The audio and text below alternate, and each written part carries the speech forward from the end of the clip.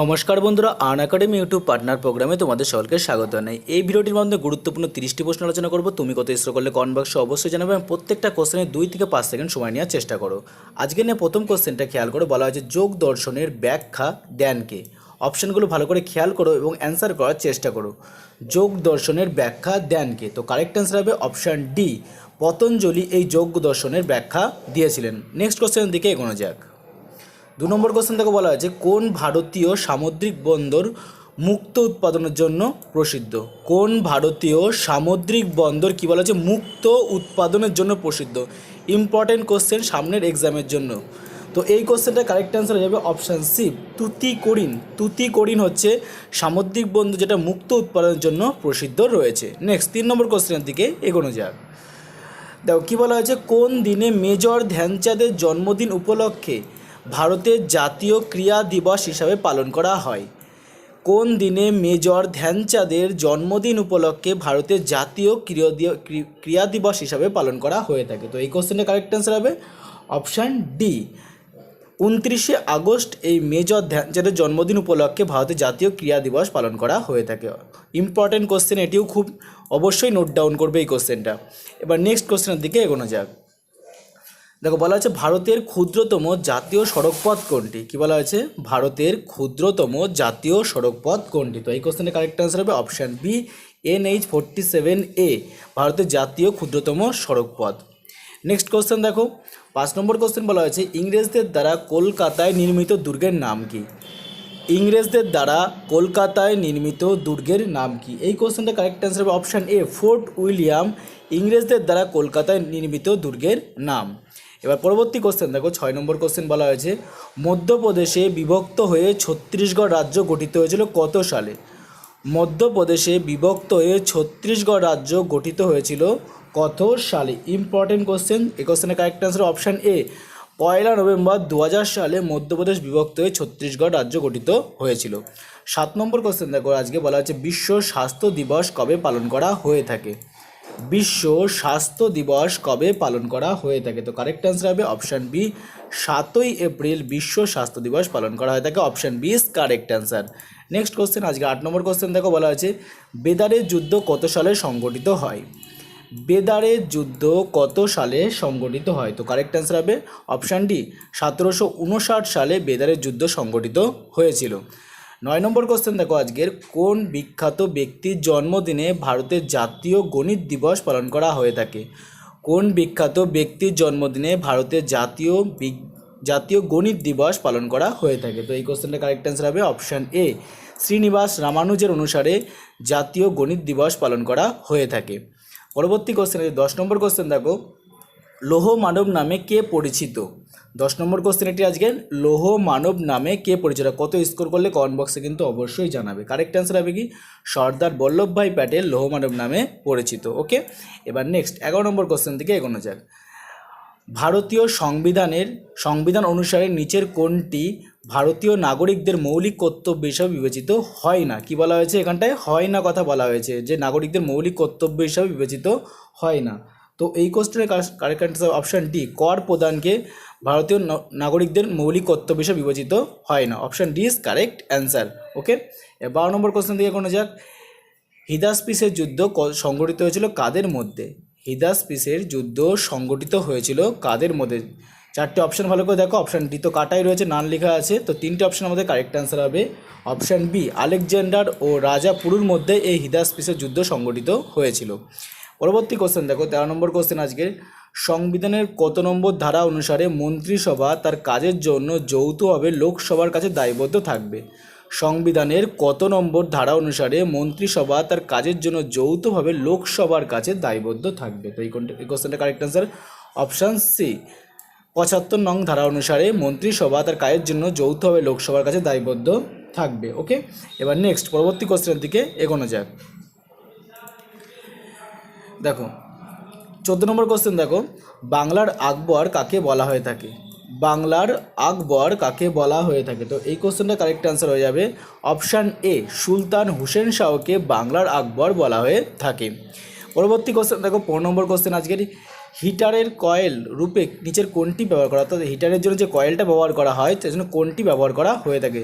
তিনটে অপশান ভালো করে দেখো, অপশান ডিতে নাল লেখা আছে, এটা কেটে দাও। এই তিনটের মধ্যে কারেক্ট অ্যান্সার হয়ে যাবে অপশান এ, নাইক্রোম তার ব্যবহার করা থাকে হিটারের কয়েল হিসাবে। ওকে, এবার নেক্সট 16 নম্বর কোশ্চেনের দিকে এগোনো যাক। বলা হয়েছে 1793 সালে ভারতীয় সিভিল সার্ভিস চালু করেছিলেন কে? ইম্পর্টেন্ট প্রশ্ন, প্রচুর পরীক্ষায় এই প্রশ্নটা আসতে দেখা যায়। ভারতীয় সিভিল সার্ভিসের চালু করেছিল কে? সালটা ছিল কত? 1793 সাল।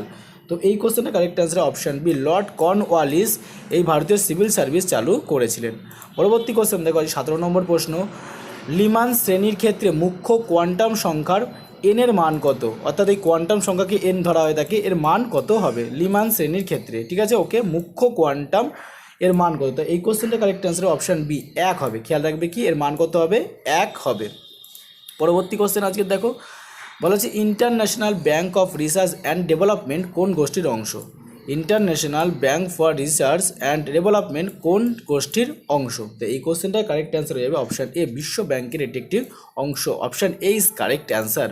ওকে, পরবর্তী কোশ্চেন দেখো, বলা হচ্ছে নিচের কোনটি দুটি তড়িৎ আদানের মধ্যবর্তী বলের সঙ্গে সম্পর্কিত? নিচের কোনটি দুটি তড়িৎ আদানের মধ্যবর্তী বলের সঙ্গে সম্পর্কিত? তো কারেক্ট অ্যান্সার হবে অপশান বি, কুলম্বের সূত্র। Option B is correct answer. পরবর্তী কোশ্চেন দেখো, বলা হয়েছে 20 নম্বর কোশ্চেন, লোন ওয়েভার শব্দটি কিসের সঙ্গে যুক্ত?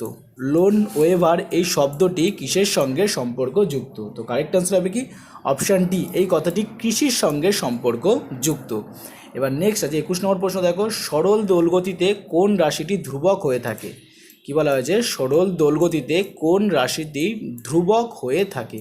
তো এই কোশ্চেনটা কারেক্ট অ্যান্সার হবে অপশান এ, পর্যায়কাল। খেয়াল রাখবে প্রচুর পরীক্ষায় এই প্রশ্ন রিপিট করা হয়ে থাকে। সরল দোলগতির সাথে কিসের সম্পর্কযুক্ত? এই পর্যায়কালের কিন্তু সম্পর্ক যুক্ত। ওকে, এবার পরবর্তী 22 নম্বর কোশ্চেন দেখো আজকে, মধ্যযুগে ভারতের লেখা গীত গোবিন্দ গ্রন্থের লেখককে? ইজি কোশ্চেন, তবে প্রচুর পরীক্ষায় আসে। এই গীত গোবিন্দ গ্রন্থের লেখক কে? তো কারেক্ট অ্যান্সার হয়ে যাবে কি অপশান বি, জয়দেব হচ্ছে এই গীত গোবিন্দর লেখক। ওকে, এবার নেক্সট কোশ্চেন দেখো 23 নম্বর কোশ্চেন আজকের, বলা হচ্ছে হিমাদ্রি হিমালয় অংশের একটি উল্লেখযোগ্য গিরিপথ কোনটি? হিমাদ্রি হিমালয় অংশের একটি উল্লেখযোগ্য গিরিপথ কোনটি? তো কারেক্ট অ্যান্সার হবে কি নাথুলা। খেয়াল রাখবে কি হিমাদ্রি হিমালয় অংশের একটি উল্লেখযোগ্য গিরিপথ কি? Nathula. Option D correct answer. Okay, এবার পরবর্তী 24 নম্বর কোশ্চেনের দিকে এগোনো যাক আমাদের। বলা হয়েছে রাষ্ট্রপতি কোন বিলে তার সম্মতি বা স্বাক্ষর প্রদান করতে বাধ্য থাকেন? রাষ্ট্রপতি কোন বিলে তার সম্মতি বা স্বাক্ষর প্রদান করতে বাধ্য থাকেন? তো কারেক্ট অ্যান্সার হবে কি অপশান বি, অর্থ বিল ও সংবিধান সংশোধন বিলেই হচ্ছে সম্মতি বা স্বাক্ষর করতে বাধ্য থাকেন। খেয়াল রাখবে ইম্পর্টেন্ট কোশ্চেন সামনের এক্সামের জন্য। এবার পরবর্তী কোশ্চেন দেখো 25 নম্বর কোশ্চেন আজকের, সাতপুরা পর্বতের সর্বোচ্চ শৃঙ্গের নাম কি? সাতপুরা এই পর্বতের সর্বোচ্চ শৃঙ্গের নাম কি? তো কারেক্ট অ্যান্সার হবে কি Dhupgarh. Option C is correct answer. Satpura পর্বতের সর্বোচ্চ শৃঙ্গের নাম কি? ধূপগড়। ওকে, এবার নেক্সট 26 নম্বর কোশ্চেন থেকে কোনো যাক, আরাবল্লী পর্বতের সর্বোচ্চ শৃঙ্গের নাম কি? আরাবল্লী পর্বতের সর্বোচ্চ শৃঙ্গের নাম কি? তো কারেক্ট অ্যান্সার হবে কি অপশান এ, গুরু শিখর হচ্ছে আরাবল্লী পর্বতের সর্বোচ্চ শৃঙ্গ। ঠিক আছে, ওকে, খেয়াল রাখবে। তাহলে আরাবল্লী পর্বতের সর্বোচ্চ শৃঙ্গের নাম কি? গুরু শিখর। 27 নম্বর প্রশ্ন দেখো, ভীমা নিচের কোন নদীর একটি উপনদী? ভীমা নিচের কোন নদীর একটি উপনদী? 27 নম্বর কোশ্চেন আজকে। তো কারেক্ট অ্যান্সার হবে অপশান বি, কৃষ্ণা। ঠিক আছে, খেয়াল রাখবে ভীমা কি কৃষ্ণা নদীর একটি উপনদী। ওকে, এবার দেখো 28 নম্বর কোশ্চেন, সুন্দরবন টাইগার রিজার্ভ কোথায় অবস্থিত? আমরা জানি সকলে, তবে এই প্রশ্নটা রিপিট করা হয়ে থাকে, সুন্দরবন টাইগার রিজার্ভ কোথায় অবস্থিত? কারেক্ট অ্যান্সার হবে অপশান ডি, পশ্চিমবঙ্গে কিন্তু এটা অবস্থিত সুন্দরবন টাইগার রিজার্ভ। এবার পরবর্তী কোশ্চেন দেখো, লেক ডিস্ট্রিক্ট অফ ইন্ডিয়া কাকে বলা হয়ে থাকে? লেক ডিস্ট্রিক্ট অফ ইন্ডিয়া কাকে বলা হয়ে থাকে? কারেক্ট অ্যান্সার হবে এই কোশ্চেনটার অপশান এ, কুমায়ুনকে বলা হয়ে থাকে লেক ডিস্ট্রিক্ট অফ ইন্ডিয়া। খেয়াল রাখবে কি option A is correct answer. Important question, আর যে কোশ্চেনটা নতুন মনে হবে অবশ্যই খাতায় নোট ডাউন করে নেবে। আজকে 30 নম্বর কোশ্চেন দেখো, সার্ভেন্ট অফ ইন্ডিয়া সোসাইটির প্রতিষ্ঠাতা কে? সার্ভেন্ট অফ ইন্ডিয়া সোসাইটির প্রতিষ্ঠাতা কে? তো কারেক্ট অ্যান্সার হবে কি অপশান ডি, গোপাল কৃষ্ণ গোখলে ছিলেন এই সার্ভেন্ট অফ ইন্ডিয়া সোসাইটির প্রতিষ্ঠাতা। এই কোশ্চেনটিও কিন্তু প্রচুর পরীক্ষায় এসছে। ওকে, টোটাল বন্ধু 30টা প্রশ্ন আলোচনা করলাম। কত স্কোর করলে কমেন্ট বক্সে কিন্তু অবশ্যই জানাতে হবে, ভিডিওকে লাইক করতে হবে আর ফ্রেন্ডের কাছে শেয়ার করে দিতে হবে। জয়েন বন্ধুরা, নতুন টোটাল আবার তোমার সাথে দেখা হবে। সেরকম সুস্থ থেকো, ভালো থেকো। হু শুড জয়েন আনএকাডেমি প্লাস? আমরা কেন আনএকাডেমি প্লাসে জয়েন করব? এখানে তোমাদের ইচ্ছা মতো শিক্ষক বেছে নেওয়ার সুযোগ পাবে এবং তার সাথে সরকারি চাকরির ধরন অনুযায়ী আলাদা আলাদা ব্যাচ এখানটায় রয়েছে এবং রুটিন অনুযায়ী পড়াশোনা করার সুযোগ পাবে। তাছাড়া এখানে শিক্ষক মণ্ডলীর দ্বারা এখানে অনেক বেশি অনুপ্রেরণা পাবে। এরপর দেখো, আগে এরকম ধরনের ক্লাস হতো আর বর্তমানে এখন ডিজিটালে কিন্তু এই ধরনের ক্লাস হয়ে থাকে। আচ্ছা, এছাড়াও হোয়াটস নিউ এখানে কি নতুন এসছে, অর্থাৎ বিশ্বের সবচেয়ে বেশি টেকনোলজি ইউজ করা হয়েছে এই অ্যাপসটির মধ্যে। তাছাড়া পোল অপশান পাচ্ছ, চ্যাট অপশান পাচ্ছ এবং quiz, doubt clearing, test series, dual, educator classes, অনেক কিছু ফেসিলিটি পেয়ে যাচ্ছ এই অ্যাপসটির মধ্যে এবং আনএকাডেমির মধ্যে।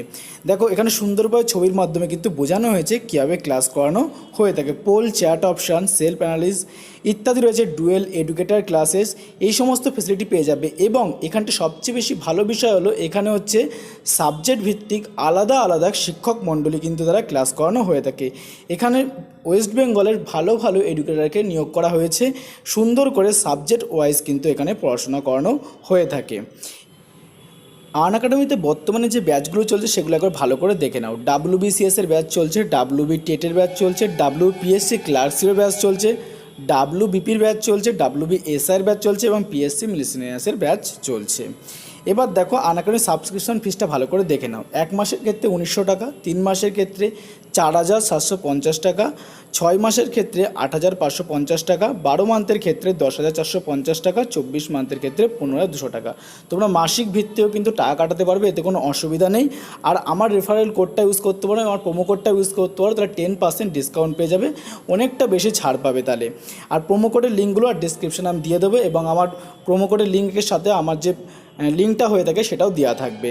আর দ্য গ্রেট নিউজ কি, দেখো তোমরা নো কস্ট ইএমআইয়ের মাধ্যমে এখানে সাবস্ক্রিপশন নিতে পারবে, প্রত্যেক মাসিক ভিত্তিতে তোমরা ইএমআই কাটাতে পারবে, এতে কোনো অসুবিধা নেই। সম্পূর্ণ ভিডিওটি দেখার জন্য অসংখ্য ধন্যবাদ। অবশ্যই খুব তাড়াতাড়ি আনএকাডেমি সাবস্ক্রিপশন নিয়ে নাও, সমস্ত লিঙ্কই ডেসক্রিপশনে পেয়ে যাবে।